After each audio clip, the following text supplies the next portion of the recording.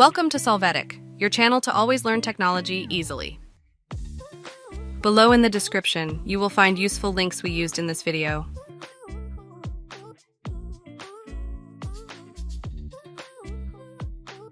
Today in Solvetic, we will see how to find lost mobile with Gmail account. First of all, open Gmail, click on your profile and click on Manage your Google account. Now go to Security. When doing so, click on the Find a Lost Device option.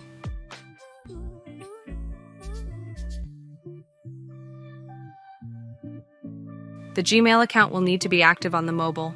Select the mobile phone to find. As you can see, the physical location of the cell phone is automatically displayed. Here, you have some options to manage the cell phone. You can select the play sound option to help you find it in case you have lost it in a nearby place, but you have more alternatives to use. Hey, remember to subscribe Solvetic channel.